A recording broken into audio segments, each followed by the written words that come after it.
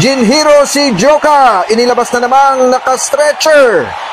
10 buwan matapos ang unang pagharap ni Pedro Taduran at ni Jinhiro Shigeoka noong July 28, 2024 ay muling nagharap ang dalawa ngayong araw, May 24, 2025 sa Japan. Bit-bit ang intensyong bawiin ang belt na inagaw ni Pedro Taduran. Sa kanilang unang paghaharap ay ibang estilo ang ipinamalas ng Hapon sa katatapos lang na laban. Aminado si Pedro Taduran na naging magalaw at mahirap patamaan ng sunod-sunod na kombinasyon si Shigeoka kumpara noong una nilang laban.